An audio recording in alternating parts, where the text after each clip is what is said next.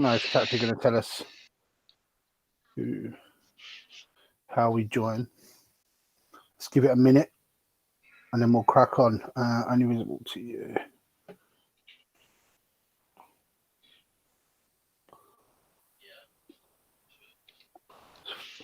don't think it's connected yet. What, Cole? I don't think it's connected yet. All right. Mine's on. Yeah, it's on. It's live. Yeah, we are live, boys. Oh wow, this is Okay, some people are starting to pop up now. next generation. This is next generation. It's great. And this is all from the Calm. We're going live on the Calm page. And obviously with the YouTube. Oh wow, yeah. Watch it. Oh, I can watch it in the app. Sounds great. Okay. Got 5 people. Hey, Emma. Okay, so yeah, when people start jumping in, that'll be good. Watching us. Let's see if we're okay on YouTube. Sorry to whoever's watching. This is brand new to us, and we're just making sure we're all good before we crack on. Just going to make sure we're good on the YouTube link.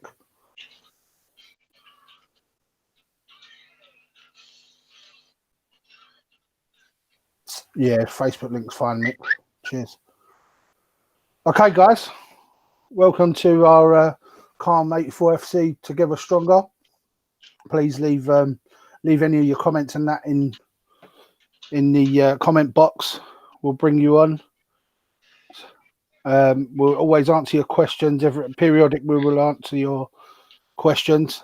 We wanted to do a new live format that we're going to be doing from now on. With the same sort of lads. We're going to be talking about current events, some mental health stuff, and a lot of football stuff, which is why we're here. But obviously now, since the news of today, we wanted to come on and speak to you all from our club. So I'm here, Martin Webb, chairman, founder, Calm84fc. I'm joined today by Corey Webb, who's my little cousin and my right hand man, and Deano, the landlord, right, who's always got his finger on the pulse as far as I'm concerned. Always. So we try. Say hello, boys. Hello. Hey, what's up? So brilliant. So we're gonna just kick off with what's been going on of late. How, Deano, I'm going to ask you first. How's this latest Tier 4? How you feeling? Not to get too political or religious or that, but how are you feeling about the Tier 4? How's it making you feel? Do you know what? Yeah, that it's actually quite interesting you asking that question. I was messaging a friend who I haven't spoken to for a little while. And one of the first questions that they asked me is, how am I doing mentally? Yeah. And that really kind of hit me, because I've been okay. I've been okay, and I've been coping. I've just been getting on with it. To be honest, I've just been doing what I regularly do. Of course. But I didn't realize how affected a lot of people are from this lockdown and how it's hit them mentally. And it kind of makes you realize how dependent on socializing we all are. Like, just being able to go in, not even like friends, but just close-knit family. Mm-hmm. And how we're missing out on that, and how it is affecting a lot of people. So for me, I've just been carrying on. I was saying to my missus like about 5 minutes ago, in one of the Men in Black films, there's a character in there called Boris, and they call him Boris the Animal. Right, so I'm not too sure if everybody knows who that character is. Great character. I said, Boris the Animal. And I said, and my missus came in and she was like, this is, it's getting all long. And I said, yeah, Boris the cut. Well, I can't say that word on, but I think you know where I'm going with that. And I think he's Boris the Animal. Yeah, he is being a bit of an animal right now. Just it's definitely not helping us. It's a real strange one, isn't it? Like, to understand and get your head round. I don't really sit on the fence, but nor on either side. I sort of take information as it comes and make what I will of it. Yeah. I'm just that type of guy. And with that information, you can swing your anger both ways, can't you? Just like you can try and understand where the government are coming from, but then you sort of get overwhelming thoughts of, we've been doing this for so long. How comes it's not fixed it? It's so much. I think for me, confusion. It's confusion. Everyone is confused. Like this, it's the whole thing, like the tier system. I don't know. I just think the whole tier system is mad. Maybe that's me. For me, it's the same thing. I've become very skeptical. I'm not too sure about you or Corey, but I've become very, very skeptical about all of this. A lot of people have. And let me tell you why. And maybe this is me being irresponsible. I don't know, but I was going to the gym up until the day the gyms closed, and then when they reopened, I was back in the gym, and I've carried on about life like nothing. Yeah, I've only just recently started taking wearing a mask seriously, not because I fully believe what's going on outside, but it's just to make everybody outside of sort of like my circle feel more comfortable. When I walk into a shop, if I haven't got a mask on, everybody kind of glares. So I think, you know what, let me just put a mask on just to navigate through. So like the thing is, it's like I have enough trouble navigating through society as it is. Like just put a mask on. And when I say that, throughout this whole time, I haven't even caught as much as a bloody sneeze. And and I have been everywhere. Part of my job means that I have to travel all around the southwest into the west, and I come into contact with a hell of a lot of people traveling on the bus, traveling on the tube, traveling on the train, then going into the gyms and so on and so forth. Like I said, not even a sneeze, not even a dodgy blink. No, not even an out of sync blink. I'm telling you, but nothing. Maybe I'm just really lucky. Maybe that's what it is. I don't know. But again, I'm very skeptical. I put a mask on just to make other people feel comfortable. Yeah, that I think you're right there. I mean, I'm pretty much the same. When it comes to masks, obviously part of my job as well within the NHS, we get told sort of, we have to wear the masks when we're out and about, but not amongst ourselves. Now, there could be 20 people plus in my office at any one time going out anywhere at any one time. Again, I do it because I'm told to do it. If someone said to me at the door, do you want to wear a mask? Probably not for myself, but you trying to be responsible, trying to make everyone else feel comfortable. But am I doing it just because for myself? No, I'm not. What about you, Cod? You how you with a mask wearing and stuff? I mean, there's obviously I follow the rules, and obviously I wear my mask and I wash my hands and I sanitize and everything like that. But I mean, going into a shop is fine. You're in 10 minutes, out. It's not a problem. But it's when you have to wear a mask for a long period of time. That's when it's affecting, because then I start to feel like I can't breathe. My lips get dry, and obviously I'm doing it the same reason everyone else is doing it. Obviously to keep safe, and stop the spread, as it were. But it's just, it can be, especially for people obviously that have like conditions and certain breathing conditions and things. Of course. If I'm struggling, I haven't got any breathing conditions. So if I'm struggling to breathe in a mask, how are they feeling, And so I'm thinking to myself, if I don't wear a mask and I am asymptomatic, or, I'm one of these people that doesn't actually catch it but can spread the germs and the virus, then those people that can't wear masks because of certain conditions are going to be affected more. And so for that sort of reason, I'm following the rules. And to be honest, I don't really go out that much at the moment anyway. But No, you're working from home, aren't you? I am. I'm working from home at the moment. But if I do go out, it's only to the shop or something, Yeah, or you're to not. pick the I mean, kids up. that's what I said to her. Like, I made a joke in the bar the other day. Like, you're not allowed to do this, but at the same time, all us boys can all jump all over each other at football every week. And, you know, I mean, now obviously football's going to be affected, you know, but again, you know, if it saves people, you can take it, can't you? You can just sort of say, okay, Dino's popped out. You can say we're sort of saving people, but when it's very difficult when, you know, you don't know how effective it is and it's effective. So, I mean, look, at the end of the day, there's people worse off than us, you know, like the NHS guys have to wear it all day long. And, you know, you see the state of some of them that it's doing to their faces. It's unbelievable what, you know, so you sort of feel a bit spoilt saying, well, I'm not wearing it to do this and that, when them poor people are saving people's lives wearing them. But at the same time, you know, I think everyone has got to do what they feel they have to do rather than doing it for everyone else. Do you know what I mean? Like, you can't, I don't think you can, you know, you can think like that because you can go too deep with it, can't you? You can, you know, I'm going to wear it, but then if it makes you feel bad, you know, you just don't know if to wear it or not. But I mean, as I said, in shops and that, I always tend to wear it, and you know, it's really, really difficult. I'm just going to put a comment on.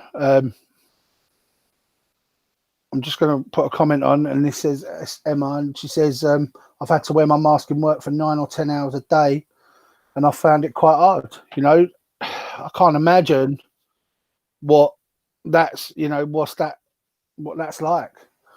You know, to That's what I mean. As I say, going back to what I said about having to wear a mask in the shop for 15 minutes is bad enough. Having to wear it 9-10 hours a day, and obviously all the key workers that are out there and working every day for 9-10 hours. Do you know what I mean? They've got to do that every single day for 9-10 hours a day. That must be hard to take, not only physically, as you said, with the marks on their faces and things, but also mentally. To have to walk around like that. I think so, mate. I think it's just it must be so difficult for people. But as I said, and I've said it on Facebook lately, and that I think everyone's just got to do their own, you know, do your own thing and try and be responsible around the people we love and the people that are vulnerable. Try and do your best by you and your family and your children, you know, and try, you know, I think that's all we can do. But some of these rules, you know, like designed to sort of, it just feels like the whole Christmas Day thing. I just feel like they could have gone a bit harder up until, and then just let us have that day. But that's just me personally. Like, I can't. That's probably me just throwing my toys out. But I just feel like that one Christmas Day, you know, I don't know. I just feel like it's gonna do more damage than good. Thing is, I've had, I mean, everyone's obviously got their doubts. I've had my doubts myself about this whole virus thing, and obviously there's a lot of conspiracies going around that it's not true, this, that, and the other. But the point is, if people had actually listened at the beginning when everything started to get locked down and certain restrictions came into place, we wouldn't be here now. We would have been over the virus, we would have been through the worst of it, and things would have been going back to normal. But problem is, some people, as I say, they don't believe it's true, and so they think, I don't have to follow the rules. And that's a good point. Because of that, it's led to where we are now. Corey, I think you've touched on a really good point there. There are a lot of people that don't believe, a lot of people that are skeptical, and I think I'd put myself in the bracket of, like, I'm quite skeptical. I'd put myself in that bracket. However, it doesn't mean that you need to be reckless. If you're skeptical about it, you know, like I said, I'll go into a shop and I will put my mask on to make others around me feel comfortable. It's not a thing that I'm not going to wear it just to make a point or to fight against the man, as it were. It's a case of, you know what, people are starting. There are some people that are really, really scared out there. There are some people that are really, really vulnerable, but they haven't got a a secure network in which they could say, listen, I need you to go and get me some shopping, so can you go and do it for me because I'm vulnerable. There's some people that just don't have that network, and you've got to be very mindful of the people around you. So wearing a mask, washing your hands regularly, well, that's a given anyway.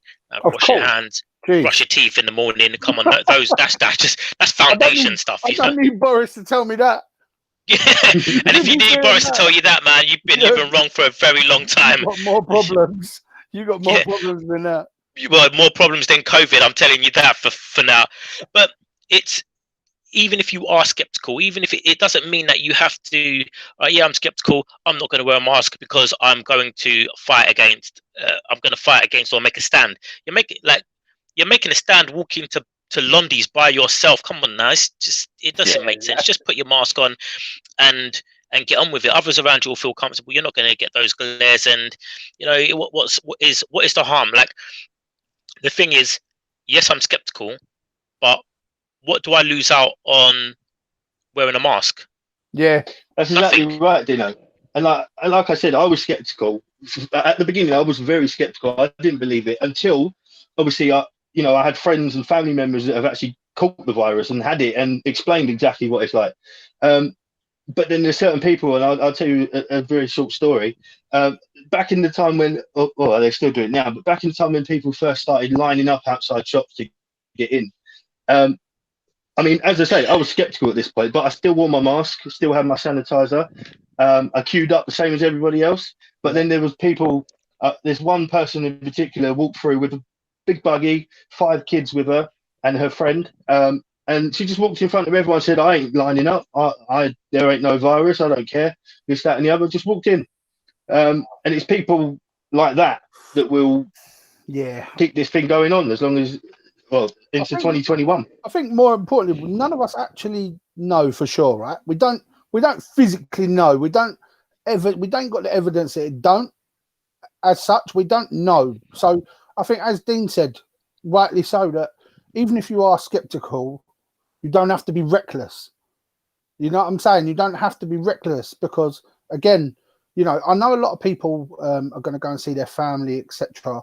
At Christmas. They just are, and that's how it's going to be. They're not going to let no one tell them that the things that they done yesterday and the weeks before they can't do for that one day. They're not going to have it. A lot of people will, and none of them, I'm going to say, are in the wrong because you're doing what's right by you and your family. The thing that does me in the most is everyone trying to convince each other of their opinion. That it just goes back to everything. It just becomes political, and everyone trying to convince what's the right thing. It's starting to become very tribal. Yeah, very tribal. And if you've noticed over the last probably last 3 years, we've become increasingly tribal, but about everything. People are, every aspect of their lives, politics, opinion, football teams, everything. People have become very, very tribal, to the extent where friendships are breaking down, families are breaking down, and it's like, what is going on? What's going on? Deano, Lucan again makes a good point, and he says, look, of course there is a virus, it's just not a pandemic. And I think the thing is that what I want to know, what I'd like to see is, I'd like to see the full figures on how many people have died in 2020 compared to 2019, 18, 17, and 16. That's what I'd like to see. How many people died of the flu in 2016, 2017, 2018, 2019, and 2020? I'd like to see those numbers, because I have a funny feeling now. I did actually look this up, and it's gone down as I think it was something like between 2016 and 2019, there was something like 35,000 to 40,000 people have died of flu between 2016 and 2019, right? Yeah. And in 2020, less than 1,000 people have died of flu. Yeah. Now, when you look at these, like I looked at these numbers on it was a government website. Now, is it fact? Are the numbers being messed with? I don't know. I honestly don't know. But There's discrepancy, at isn't the there? end, there, There's discrepancy. well, It's got to be. with what is going on, have you not noticed that there has been an absolute increase in mental health issues over this last year? And again, this is what Calm84 is all about. Absolutely, mate. I mean, you know, this club was founded out of lockdown 1, and it was founded because we realized the benefits of us being together. I've got Rob Blake here, and he's hit us up on Facebook, and it says, I'll show you up here. And he said the only good thing about lockdown was that we appreciated the things we took for granted. 100%. 100%, mate. I agree with that as well. That is, that is absolute. I mean, we definitely appreciate a lot more. Like, again, you could say that this club was founded off of that appreciation, because we got together, and people who've seen our interviews and our lives and that so far, we got together and we started to hook up more, like WhatsApping, as like me and you, Deano. We started to message a bit more, and yep. When we come out of lockdown, and since you sort of, you went through your thing, and we reached out to each other, and it just afterwards, it just sort of made me think, hang on a minute, like, I'm so blessed to have such a good circle of friends, and I've not done or seen them at all, and probably for years. And I didn't realize how good you guys made me feel, if you know what I mean. Just being around my friends who know me, I know you, and we can talk about stuff. And it just, I don't know, it was born off of, this club was born off of that. It was born off of that appreciation that Rob is talking about. Yeah, just touching on that, Mark.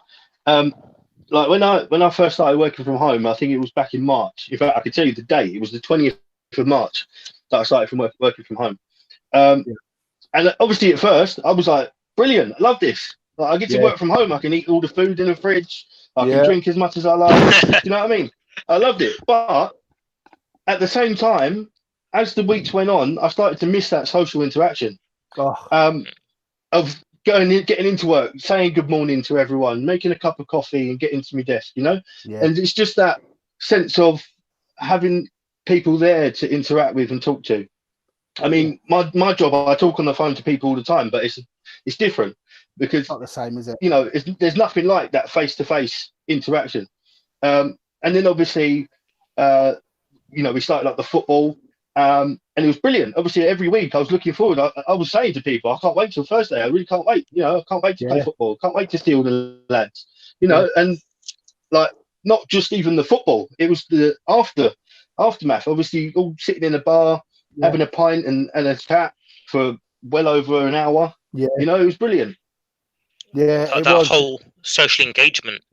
I mean, we've trying to, as a club, we've learned a lot of words through this pandemic. We've learned a lot of words, new words. I never thought it's been an English lesson for us. And for me, it's that sort of inclusive, being inclusive in something and being around something, having that social interaction with people. And that is just, that's massive for me. Social interaction, as Corey said, he started to miss it. I certainly, I probably, you just didn't realize how much I missed it way before lockdown. It wasn't lockdown that made me miss it as such. It was lockdown that made me realize, because I've been having interaction with my friends before, like for 3 or 4 years since we stopped playing football, and that it was very few and far between. It was lockdown. Wasn't not seeing them in lockdown. It was like in lockdown I was thinking, no, I can't have them. I can't see them. Yeah. That's horrible. I think that's one of those things that...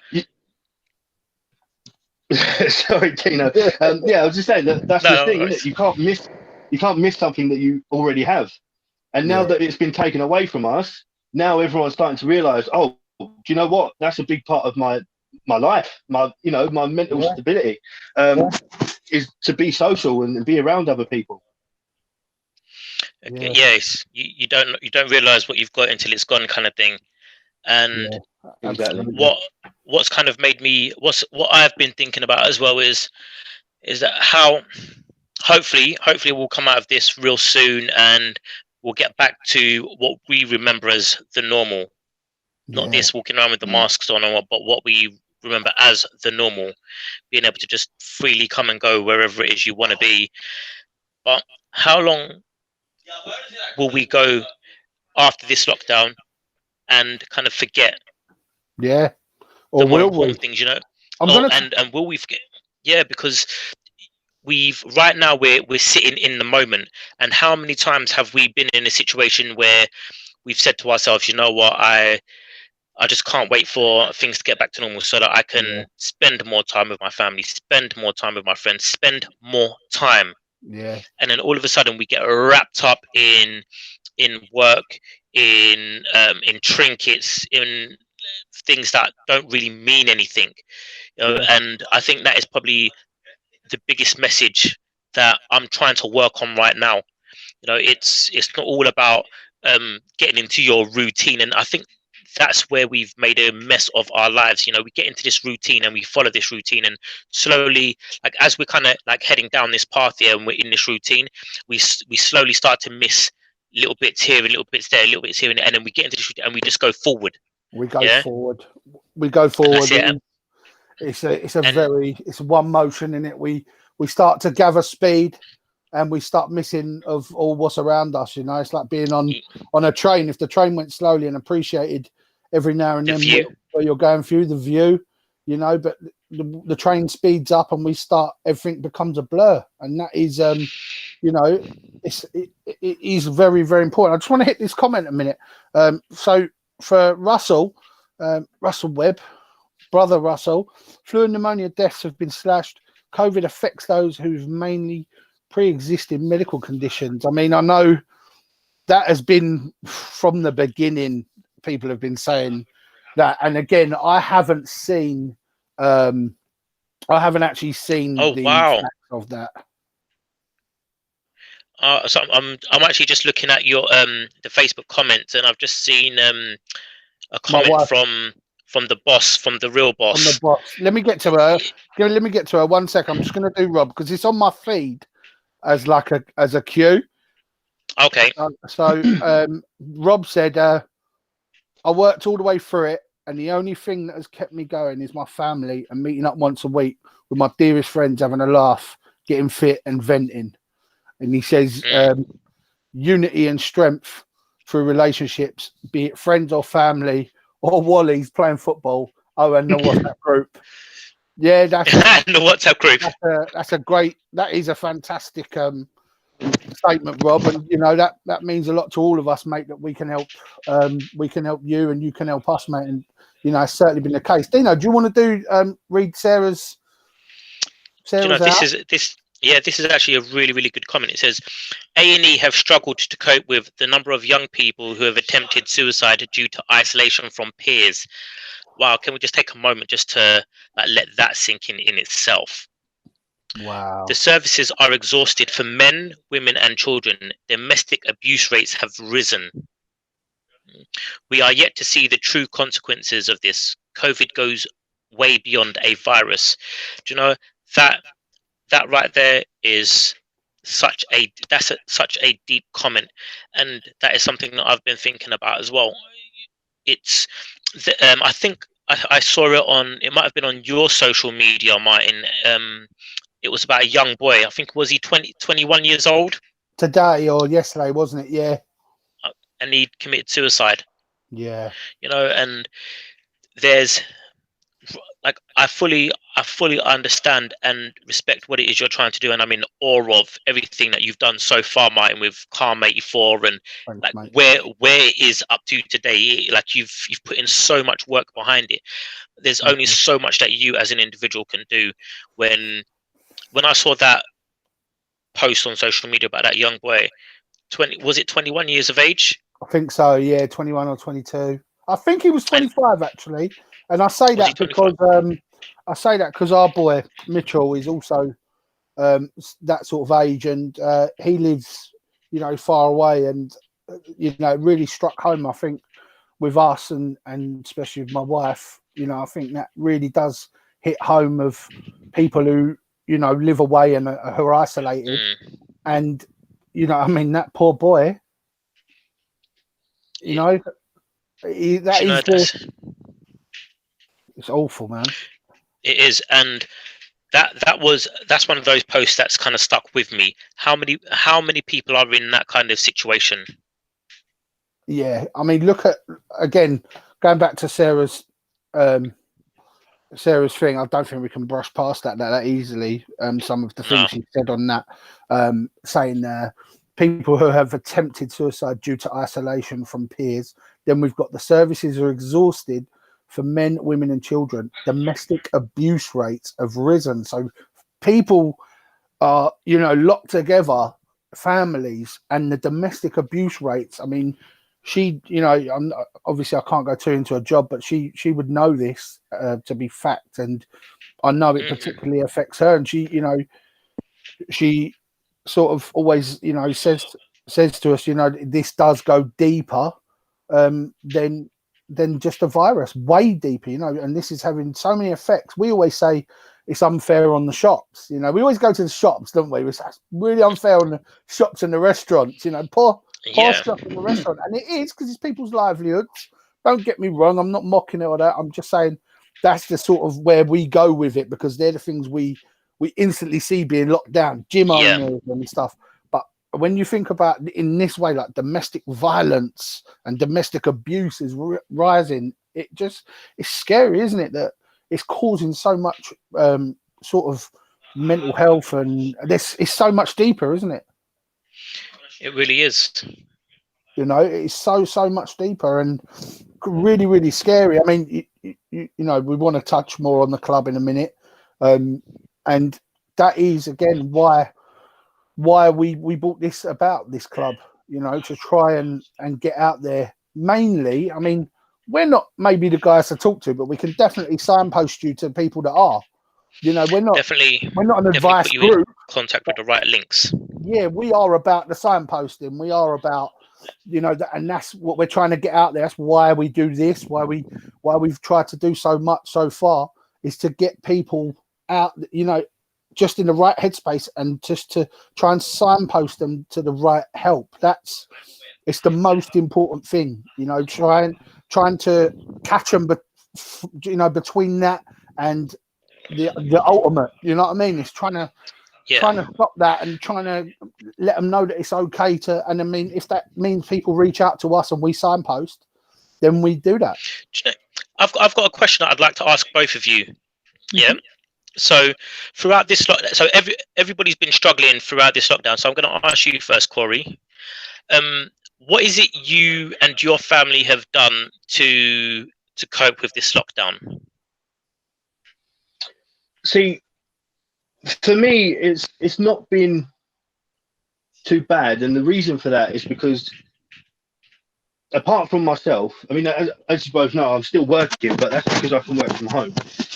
But everyone in my household is a key worker, and so obviously my mum works in the co-op, and therefore she was bringing food home every time we needed it. You know, so for me personally, I think. There's been obviously ups and downs, like as you say, when we locked down and we couldn't do anything, it was coming to a state of boredom. Like, what do I do now? Yeah, you know, and those times I guess you could say were quite rough, quite tough to get through. Always trying to find something to do, you know, just sitting here twiddling my thumbs, like, what shall I do tomorrow? What can I do tomorrow? You know, and I mean, for some people, the answer to that is, you know, fitness and all this stuff. But it's a lot easier said than done. I mean, exactly that. It's a lot easier said than done. A lot easier said than done. I know, and I'm one of these people. I'm one of these people that will say, like, you know, I'll start on Monday, and then Monday comes and I go, actually, You know, Very I'll start on Tuesday. It's a difficult thing in itself to self motivate yourself to get out there. I think people say they me being a gym goer, you know, someone who enjoys the gym. People say you don't need a gym because you can have a band, you can buy the kettlebells, and you know I've got various pieces of home equipment, etc., etc. But there's nothing quite like when you're in a gym setting or at football, something where you've got other people there. It's the social aspect.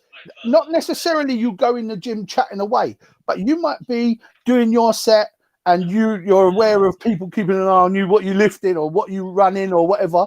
And it's the social aspect, being around and part of something. When you walk in, especially my gym's like a little community gym. When you walk in there, it's a nod, and it's not really about the chatting or that sort of social aspect, but it's about the being a part of something. It's like walking into a club where you're all going in to get something done. And again, with football, you go and even while you're on the pitch, that's social. It's being part of something. It's not the equipment. It's not having a ball, because otherwise I might as well just kick the ball against a fence.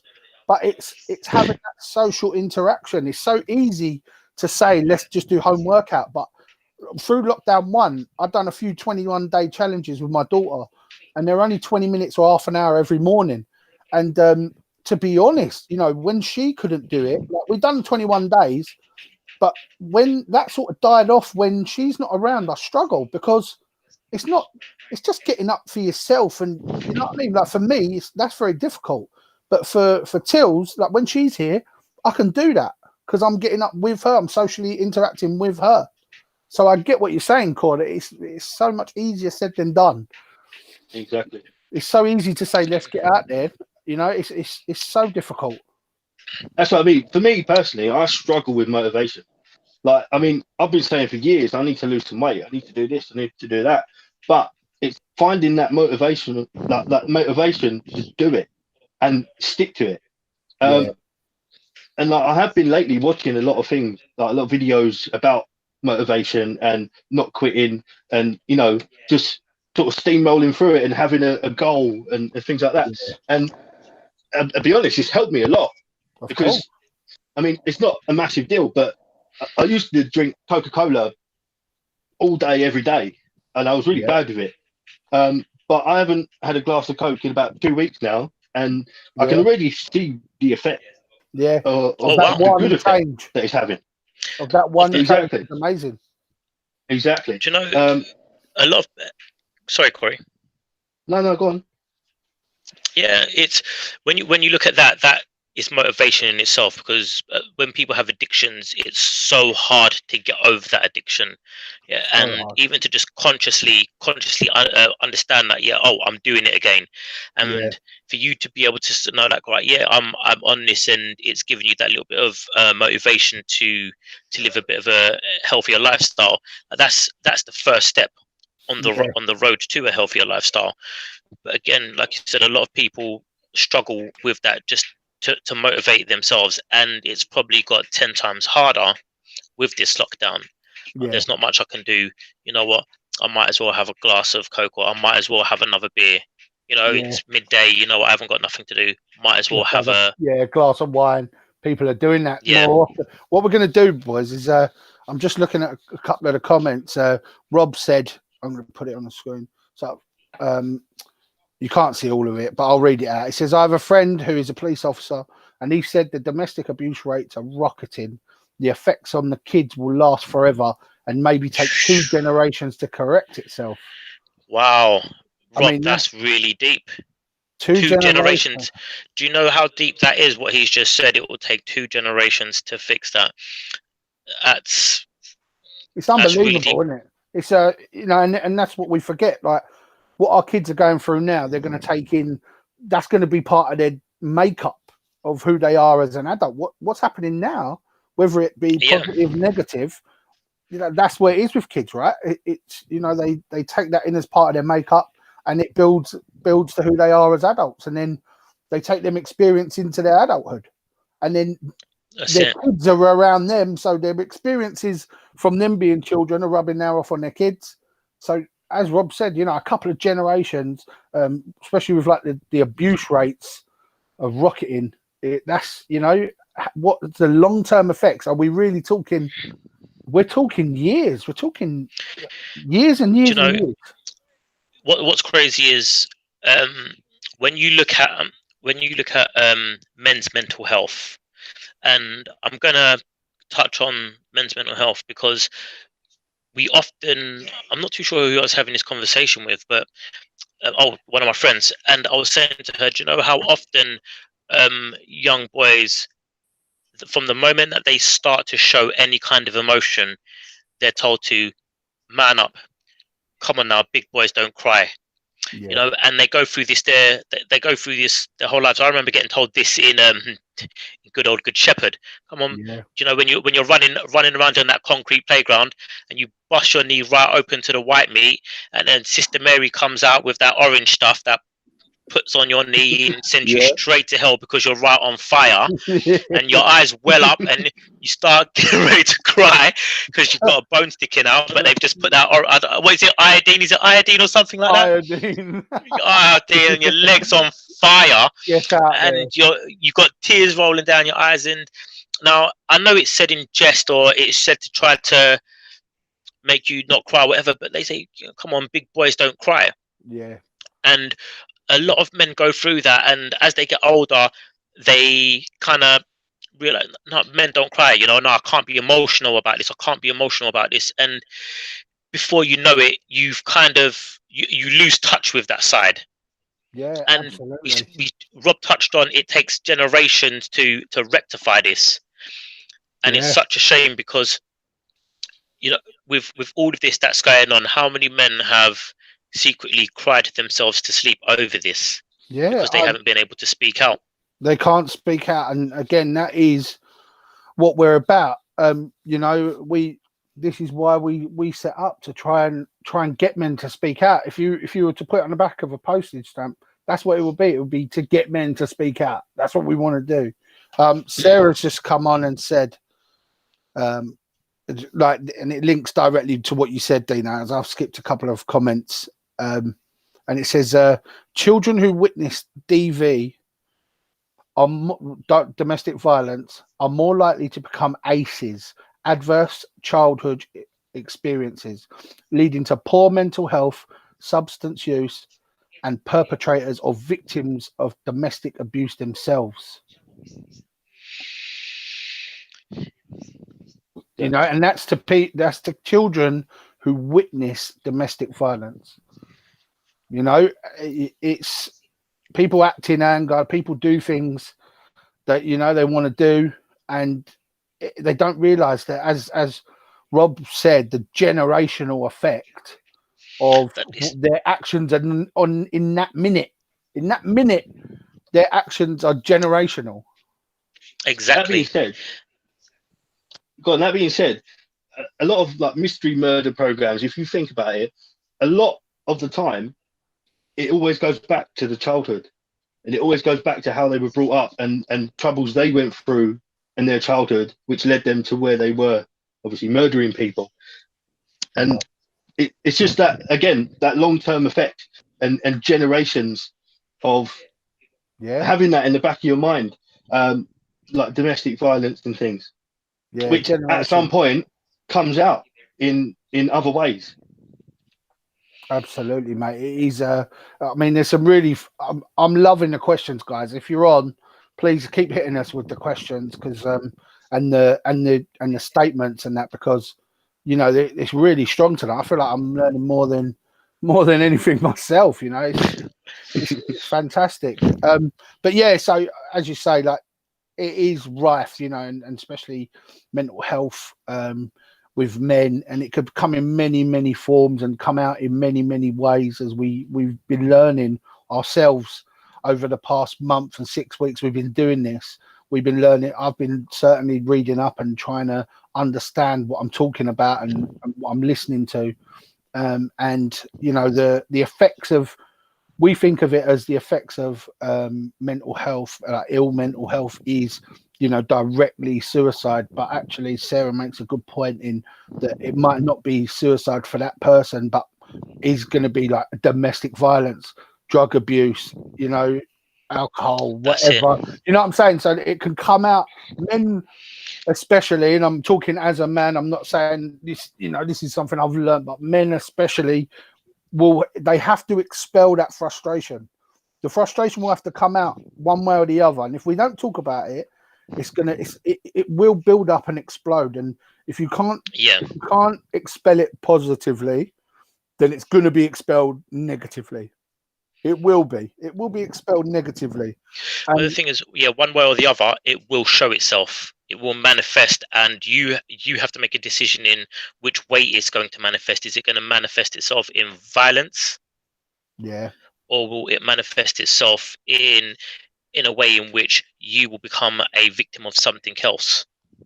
Yeah, absolutely. And I mean, on the comments, Rob said it's about foundations, and weak foundations lead to an unstable building. I mean, and Adrian said self-destructive, and it is, because again, when you know, if we're trying to convince men to talk and to talk about their problems and to, you know, try and expel it, that's what ultimately we're trying to do. Tell them to expel what they've got inside them to someone who's a professional who can help, because it might come out in a way that you don't want it to, but it's just boom. But you've not only affected yourself and your immediate life, but your family for generations. And that is very, you know, I've just read that something we do in the moment out of frustration, anger, whatever it is, can affect our children's children.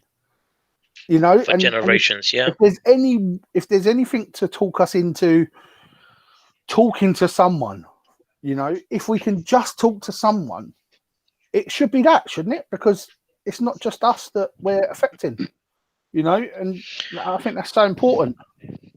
That's exactly right. It's so important. And Rob said to me something else the other day when we were talking, and he said that suicide, you know, the pain doesn't stop. It's just moved on.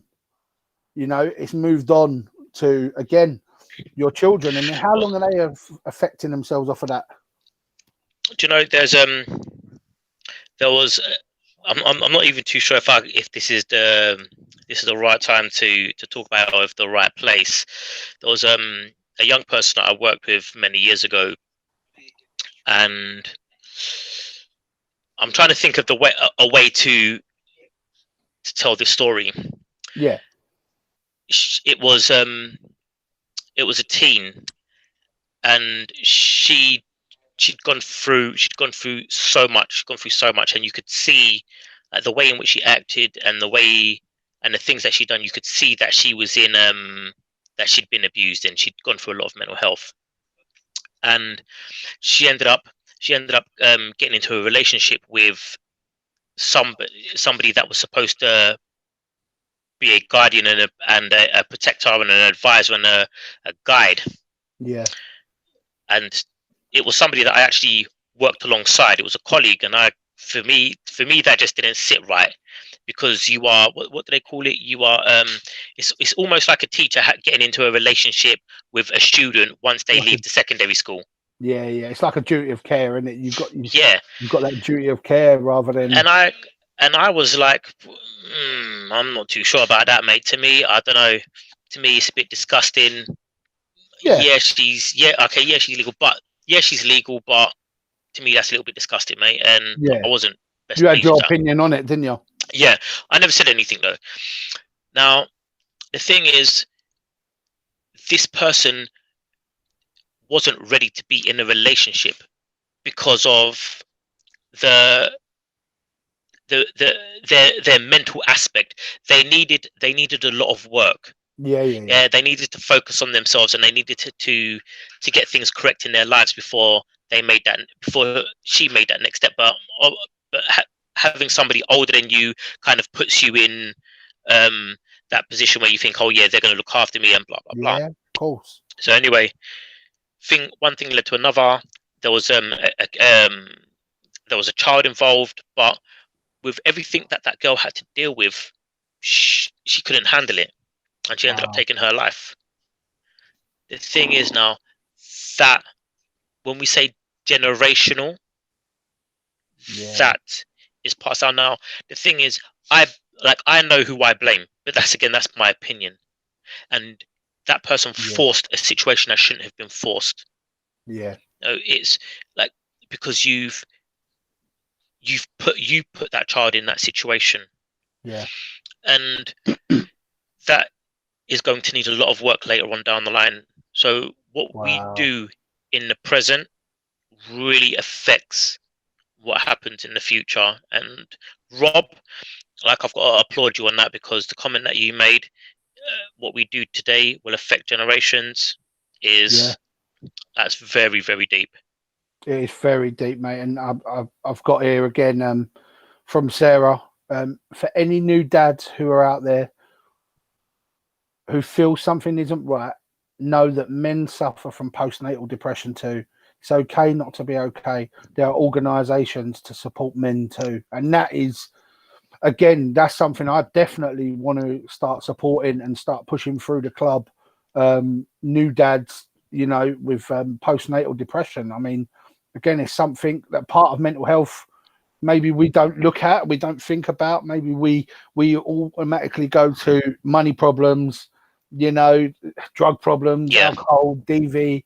We think about the, you know, the big ones or the obvious ones, but sometimes, as Sarah said, postnatal depression, you know, how does that come out if you don't talk about it? You know, how does something so beautiful as having a baby come out in a negative? How, you know, that can be flipped into a negative if you don't talk about it. So that's a great point that we, you know, I haven't thought about before myself, and we will definitely be supporting that and trying and getting out. So I've done an infographic today that gave some numbers, you know, of for people to go to for support, and you know, that would definitely be worth looking into and trying to get some sort of number out there or email for new dads.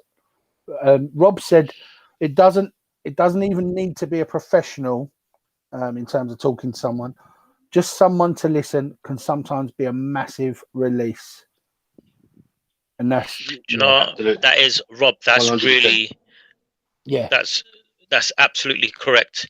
You know, anybody, sometimes it's just somebody just to listen. And I think, can we read that comment again, because that was really deep. Rob, I don't know what's going on, mate. What have you been eating, man? I think he's been meditating. He's been meditating. Black Heath, apparently, he's been meditating in the middle of the field, and he's he's Uncle Rob's onto a good one. Him and Sarah. Whatever you're doing, Rob, keep doing it. You're doing great. Keep doing that, mate. So we've got, it doesn't even need to be a professional. Just someone to listen can sometimes be a massive release. Trust me, that is such an important statement right there, because again, when a lot of people suffer with mental health issues, they keep it to themselves because they have this sort of like impression that I need to speak to a professional, and if I can't speak to a professional, let me just keep it bottled up. Yeah. Listen, you don't need to bottle it up. Sometimes you need to let it go, and it can be anybody. It could be one of your mates down at the pub. It could be somebody from Calm84. And there's loads of us. Yeah, there's loads of us, and I think what would be good, Martin, is if all of our details could go on, or everybody that's affiliated with the club, all of our details could go in like a comment section, or be linked to this somehow. And anybody watching, if you know somebody that needs a chat, and it could sometimes even talking to somebody random, that you know is willing to listen, can also help.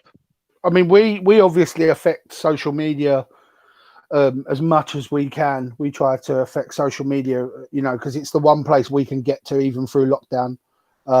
And, you know, trying to get out to people and trying to let them know that we can be around for them.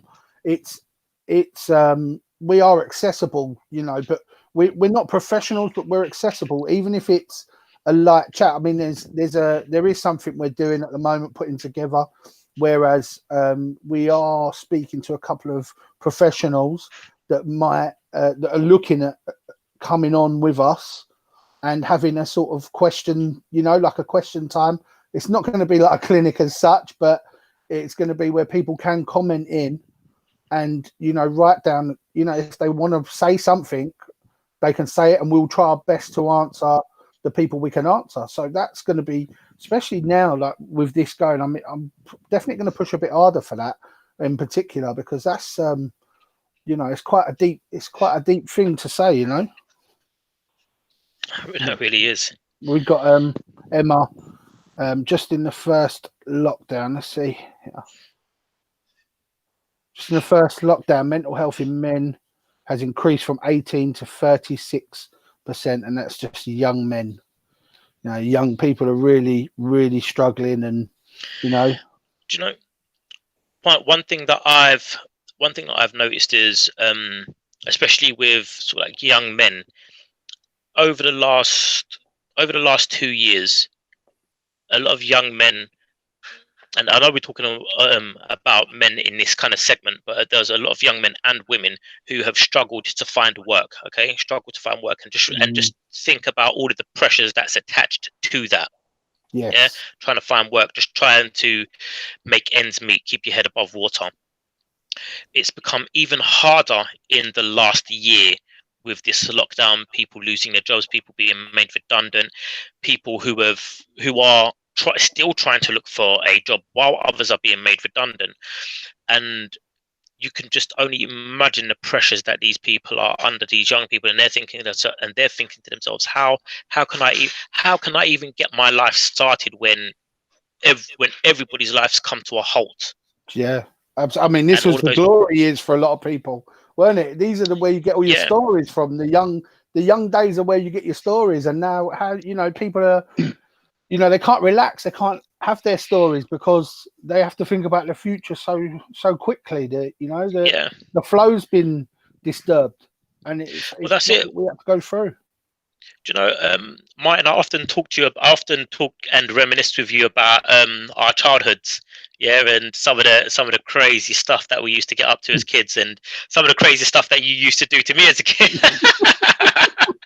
We're not going to go there tonight, Martin. Not tonight. That's another show. But the thing is, Martin, is I can look back and I can remember loads of adventures that I had as a kid. As a teenager, I had loads of adventures.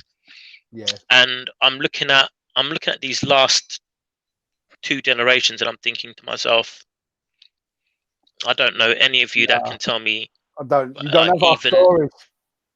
Yeah, you don't have our stories, and it's different. Not in a negative way, but you don't have our stories because you haven't been able to have our stories. You haven't been able to have our adventures.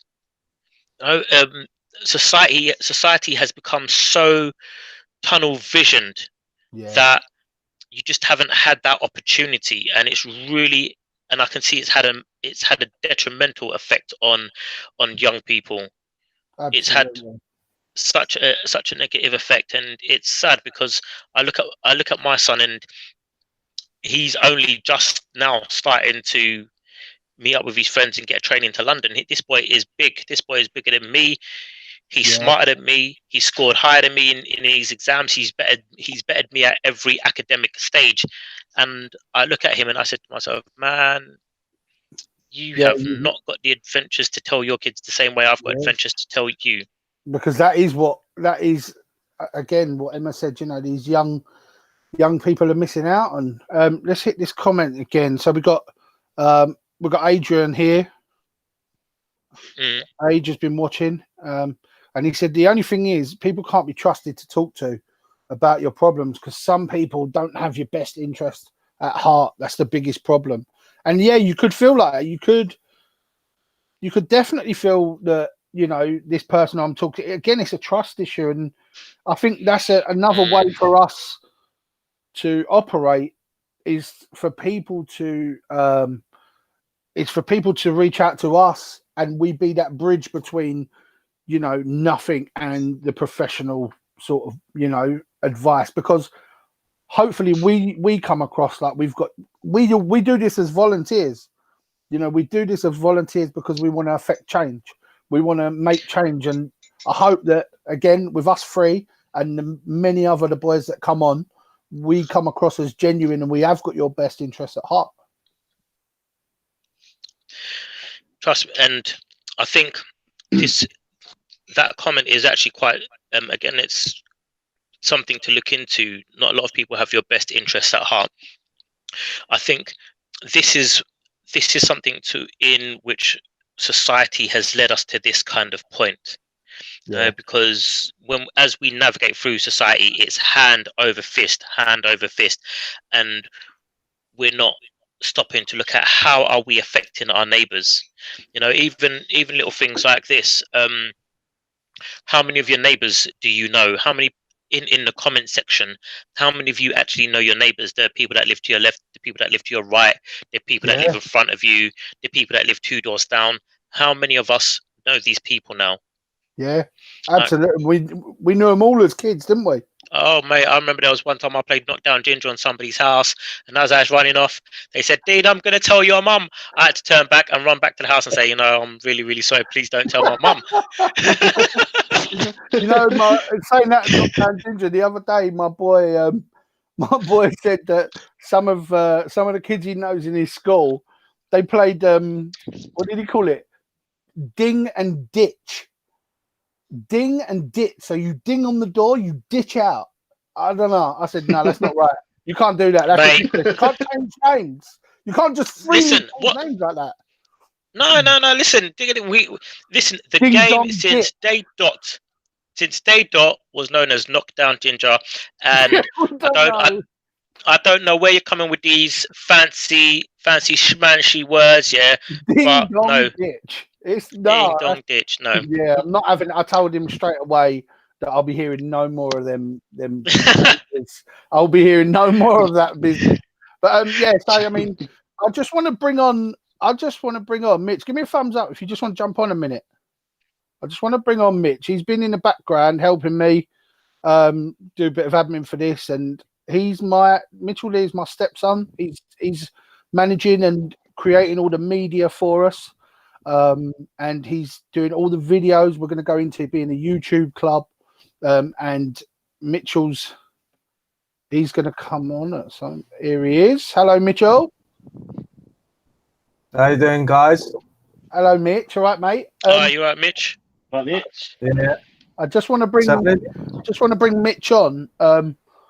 As you know, I'm going to start heading up the mental health talk tonight and go on to a bit of football before we leave. But I wanted to bring Mitch on because he's 26.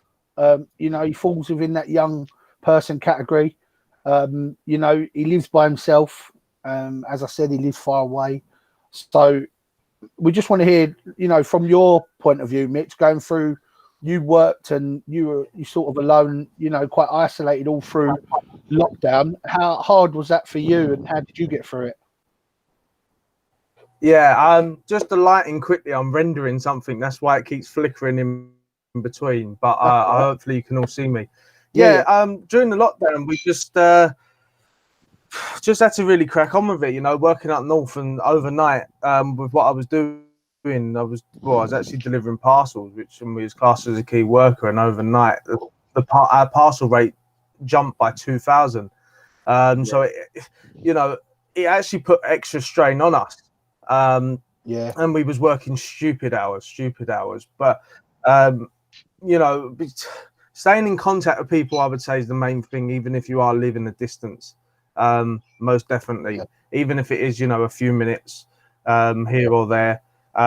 Even as little as sending a voice note to somebody, so they can still hear your voice. And normally, what I would say is, from somebody's voice, you can kind of tell if they're not themselves. So if they've sent a voice note and you're thinking, hang on, that's not them, then you would ring them or give them a talk, or text, or even. But yeah, it's just it was difficult up there. Don't get me wrong. But when I first moved up there, I didn't know nobody at all, and I slowly had to build my own network again. But it was key just to keep in contact with friends and family, even that I had down south, whilst building another network. Well, I remember obviously you organised some bingo for us, and you've always found some sort of mobile games that we can all connect with down here. You know, me and your mum and your brothers and sisters. You know, we've always been able. You've always been very proactive in that way, and obviously me and you and the boys all spoke maybe 3-4 times a week on when we were playing pro clubs and that. And so that sort of interaction for you, yeah. I mean, it wasn't physical with us, but I suppose you were physical with your work friends, weren't you? Seen the lads at work and how hard they, because you were all key workers, wasn't you? Together, and you sort of done that all together. Yeah. So like, yeah, as you say, there was pro clubs. As you said, we was playing virtual game nights and so on and so forth. And you know, as silly as it was, being able to go on Zoom and play a game of bingo with, you know, your friends and family, just that hour in 1 week is still, you know, it kind of brings you know that there are people there, and sometimes you might think, oh, hang on, actually, I'm feeling a bit down today. You know, I don't know what to do. I do it. Don't get me wrong. Even at home, I have days where I don't want to talk to people. Do you know what I mean? I always try my best to also kind of reach out, because I know that's going to help me.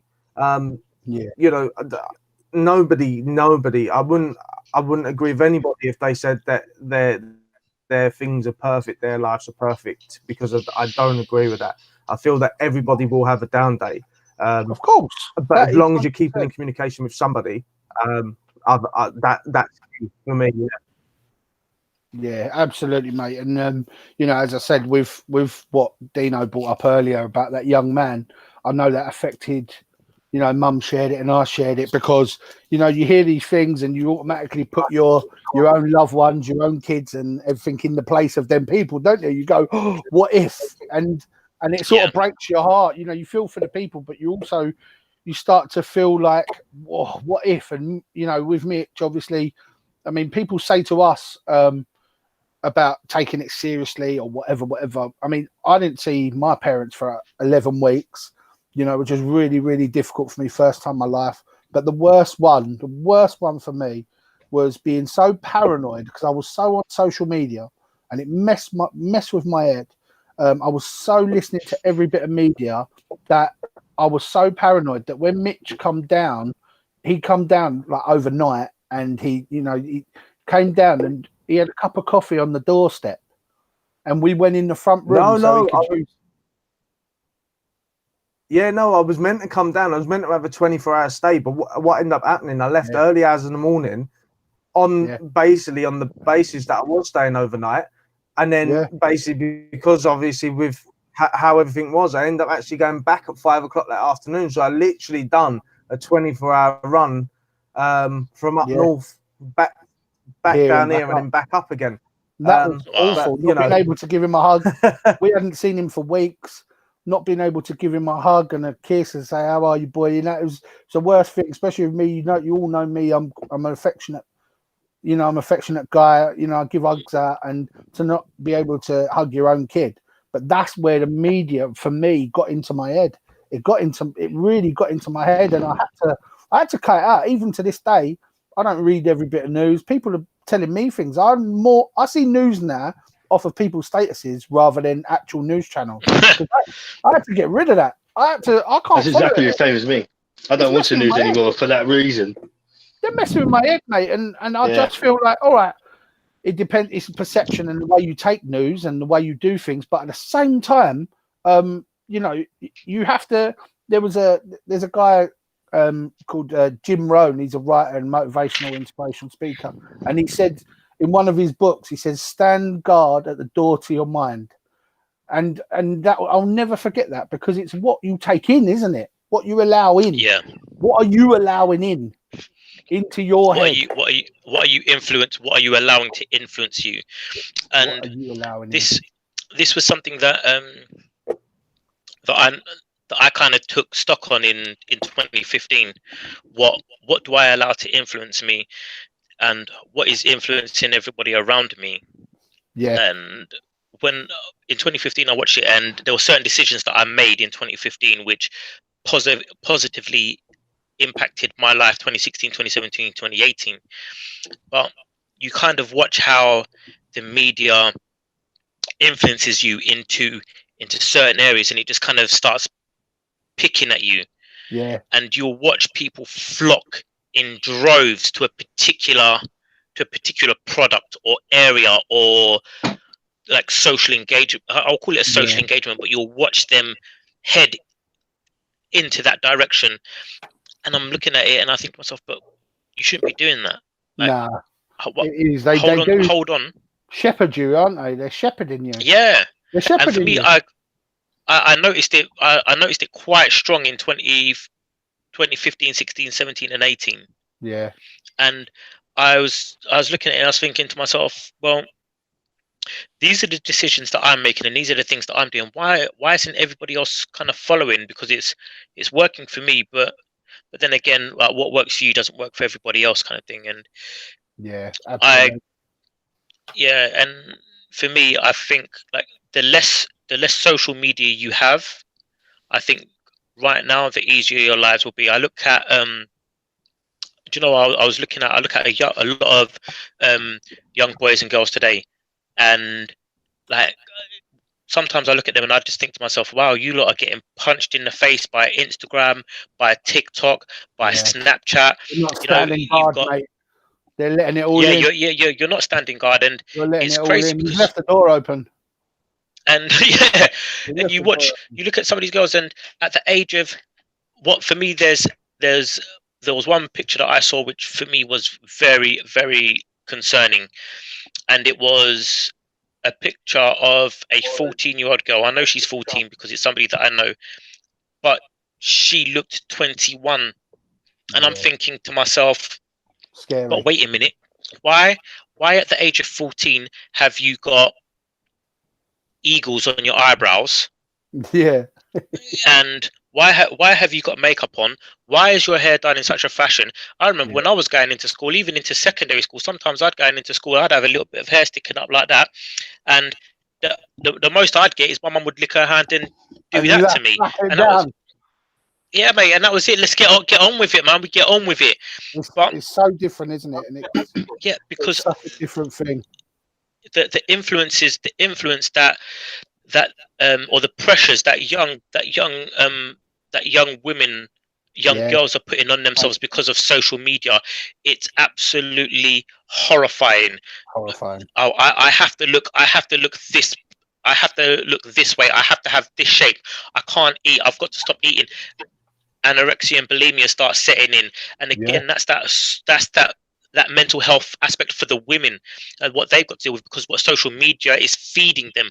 Then for boys, girls are saying that they want a guy who's 6 foot tall. Well, that kicks me right out, because I'm nowhere near that, mate. So I'm on the special bus. So, we're all under that, mate.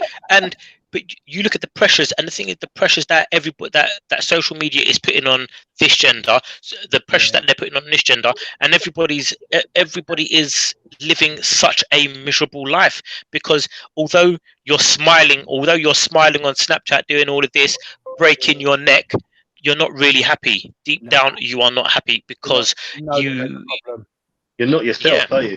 You're not yourself. You're not yourself. I'm gonna say this. This is a question from Rob. Can I ask Mitch, as a non-football player, how did joining us last week make him feel?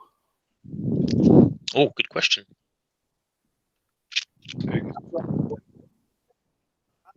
We still got Mitch with us. Yeah, it's not for me. But no, just being able to attend, socialise. Playing in goal. Sorry. The interaction around people. It done me the world of good. Believe it or not, I was having a stressful week anyway with a few other things.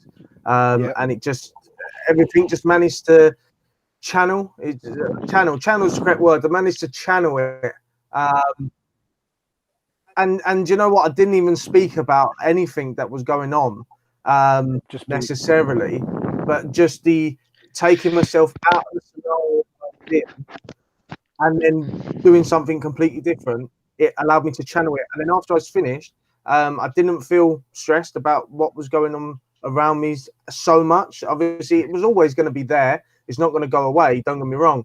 But from how I felt before I attended, you know, that hour and a half gap, I'll say, it kind of channeled everything completely different for me, and it done me the world of good. It was fantastic. So, you know, if you know, coming in, as you said before, Mark, you know, you're looking at starting up a Saturday thing for people to come and stuff. But definitely, if there is, you know, whilst that's going on, if there's somewhere that somebody can go, even to channel, you know, whatever it is that's going on there in their life. And, you know, we touched on many subjects tonight. Even if it's an hour a week, I personally, from my own experiences, feel that it'll do the world of good. I think he's, like Rob said, I think it was Rob that said it a couple of weeks ago, that even if it's an hour a week, that 1 hour, all your problems sort of disappear. And you're just there in the moment with your mates and with people around you just to socialise. And as Mitchell said, it just helps to channel all your emotions and feelings and sort of put them to the back of your mind for a little while. Yeah, they disappear, just to sort of 90 minutes or whatever, 60 minutes on that pitch. All you're worried about is the next hour. Just going back to what we were talking about, Deano, with, you know, with the influence that social media has on young girls and their mental health. Sarah's just said, quite importantly, you know, media is a virus, and these kids are being led to believe that all men should be toned and women should be size 8s. And again, that is the core of it, isn't it? It's manipulating people to think and feel how they need you to think and feel, to be able to go out there and spend the money, to go out there and, you know, and be what they need you to be in order for them to control, make money, whatever reasons they're doing it. And that's the thing. And it's to make money off of your sadness. And that's what a lot of people are not realizing. You know, the media is there to make money off of your sadness, because you look at the way the pressures that some of these girls are under, that some of these guys are under, and you're conforming to these ideas, but you're not happy about it. And you're going to end up, you're going to end up in a situation where you will be in a relationship with the toned guy who's 6 foot tall. You will be in a relationship with the girl who's a size 8, and you're going to do everything to make that relationship last because social media said it needs to last. Social media said so. And before you know it, it's a relationship of so much toxicity that you're not going to know which way to turn. It's awful. I mean, I don't know. I mean, again, social media, I'm sure we're going to touch right on it. So, you know, boys, we've done well over an hour. It's been great. And we're just going to touch on the team. Russell's asked a great question. And I'm going to put it up.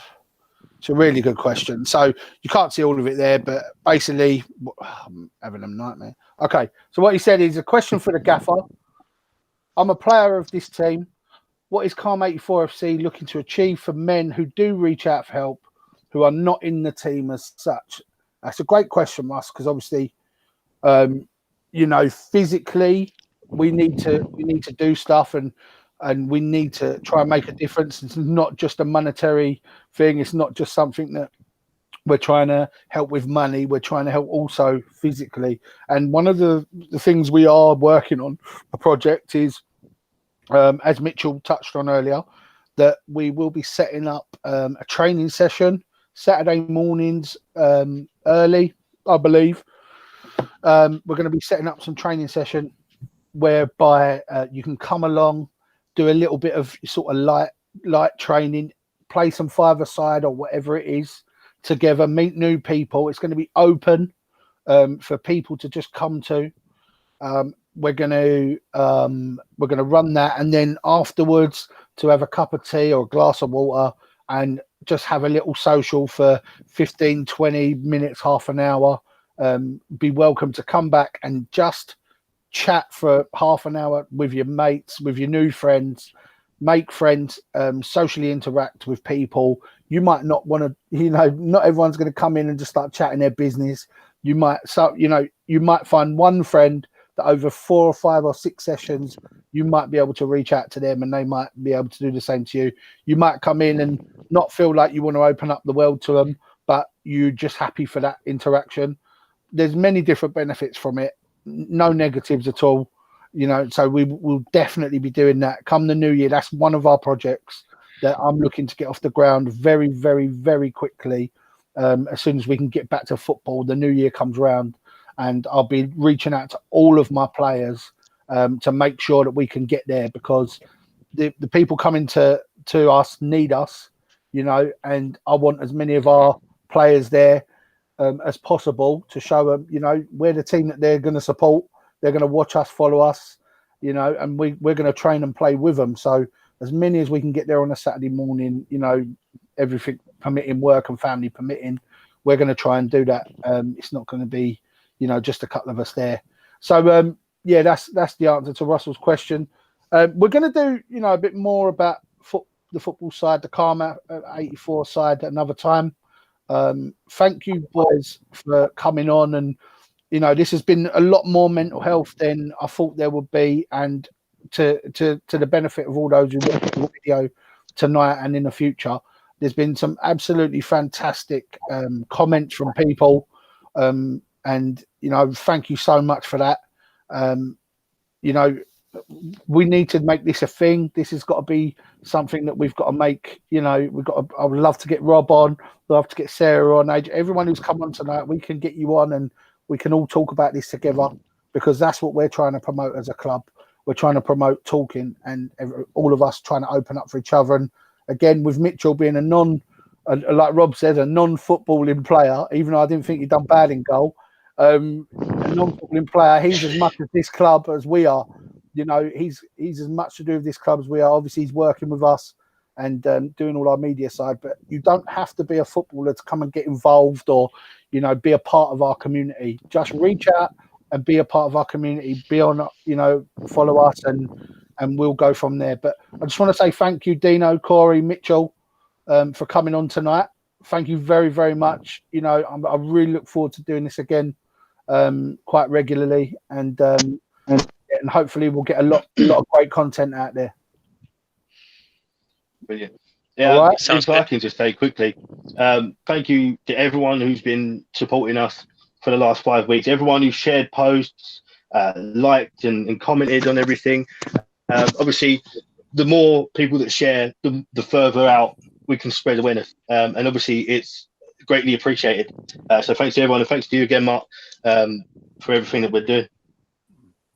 Thanks, boys. Deano, comments? It's just, I'm just in awe of what it is you're doing, and I'm honoured to be what we're doing and what you started, and I'm honoured to be a part of it, Martin. I really am. Thank you, mate. And it is really a team effort. You putting out your time like this, all of you putting out your time. It really it humbles me to know that you're all here behind me, and we're doing this together. So, again, thank you. Mitchell, closing comments. No, just if you need to, if you are feeling down in that, reach out. I know it's easier said than done, but please, honestly, it will do you the world of good. And also, I look forward to the new year, because I know we've got some good media projects coming up. So, yeah, that's a good thing to look forward to. Thank you very much. Well, thank you very much, guys. Thank you for all those that watched tonight. And I look forward to catching up with you again real soon. Keep an eye on our Instagram, is Calm84fc. Our Facebook, Calm84fc. And YouTube channel is Calm84TV. So catch up with that. And Twitter, Corey. Sorry, I nearly forget your baby. Twitter, Calm84fc. Don't want to forget your baby. All right, thank you, guys. Catch up with you soon, yeah? Take care. See you later, guys. Bye. Yeah.